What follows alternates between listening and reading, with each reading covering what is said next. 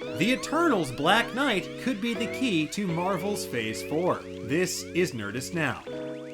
The first trailer for Marvel's Eternals dropped recently, and there was a lot to unpack, from questioning why these gods of the MCU let Thanos run wild with the Infinity Gauntlet, to googling how I too can get biceps like Kumail Nanjiani. The trailer was filled with details, clues, and deep cuts to explore, and you can watch our breakdown right now, which I will link to in the description below. And we got a look at all of these omnipotent beings and all of their omnipotent glory, as well as a brief glimpse of Kit Harington, who's playing Dane Whitman, a character better known to comic book fans as the Black Knight. Now, fans may already know the strange and storied history of this character, and if you prefer to read all about him, Eric Diaz has you covered on Nerdist.com, which I will also link to in the description below. But in this video, we're going to focus on Dane Whitman specifically, his many ties to the Marvel Universe, and how he can become a major part of Phase 4 and beyond, and also why he looks like the most committed dude at the Renaissance Fair. Now, in the Marvel Universe, the Black Knight is a title passed through the ages to the wielder of the mystical Ebony Blade. The first Black Knight was introduced in a 5-issue series written by Stan Lee back in 1955,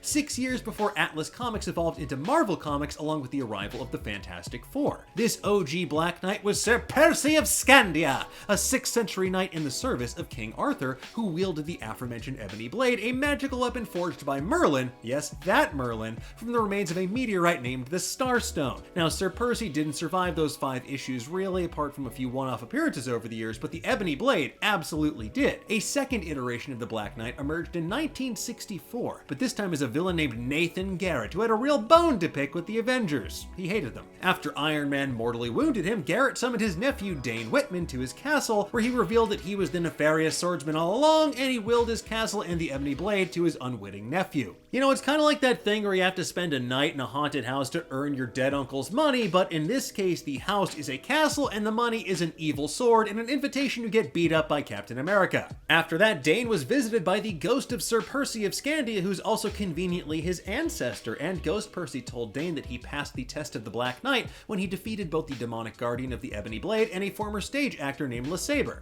LeSabre, aka Paul Richard, was chosen by the spirit of King Arthur's bastard son, Mordred, to oppose Dane. And if Mordred sounds familiar, that's because he's plucked straight out of Arthurian legend. In the Marvel Universe, Mordred is a powerful spellcaster who's definitely not to be confused with Modred, the Mystic. Modred, Mordred, both spellcasters, I'm so mad. I'm so mad at comic books, but I love them.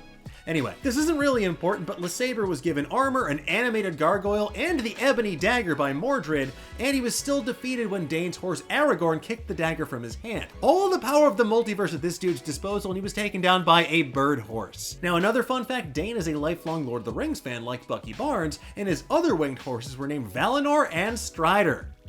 Nerd.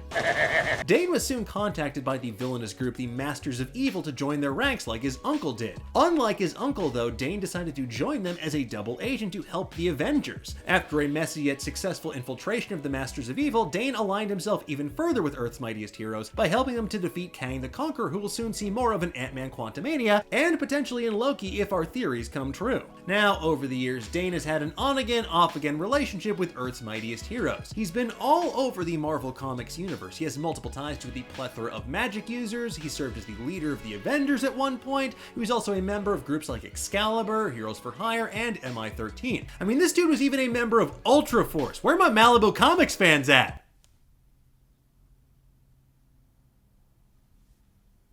Yay. Anyway, Dane was also one of the few Avengers that traveled to the Kree homeworld during Operation Galactic Storm, whereupon he landed the killing blow on the Kree Supreme Intelligence, who we previously saw in Captain Marvel, and is for all intents and purposes still out there somewhere and might become a bigger threat and a part of Phase 4 when Secret Invasion and The Marvels hit Disney Plus and theaters respectively in 2022. But the question is, where do the Eternals fit into all of this? Like we said earlier, Black Knight becomes the leader of the Avengers for a little while, and during that stint as leader, the Avengers roster added some important new members that included Crystal of the Inhumans and Cersei of the Eternals, as played by Gemma Chan. Now, Black Knight and Cersei became lovers for a time after Cersei took a liking to Dane, but because comics, a love triangle soon formed between Dane and he fell for Crystal. It became a whole mess, including Dane's heart literally turning to stone after his romance with Cersei at one point, which, again, not figuratively, it literally turned to stone, which, if that happens to you, go see a doctor. Things got even messier when Proctor, the Dane Whitman from Earth 374, showed up on Earth 616, the main Marvel reality, imbued with the powers of the Ebony Blade and ready to ruin everything for a whole lot of people, Dane included. To defeat Proctor, Cersei and Dane underwent the eternal process called Gonjosin, which is a mental bond between Eternals and their chosen life mate, essentially making them into one soul. Now, this is something that we might actually see happen between Cersei and Dane in the upcoming Eternals film, which could in turn lead to the next iteration of the Avengers at some point after the Eternals go back to not helping Earth's heroes during trying times, as is their wont to do.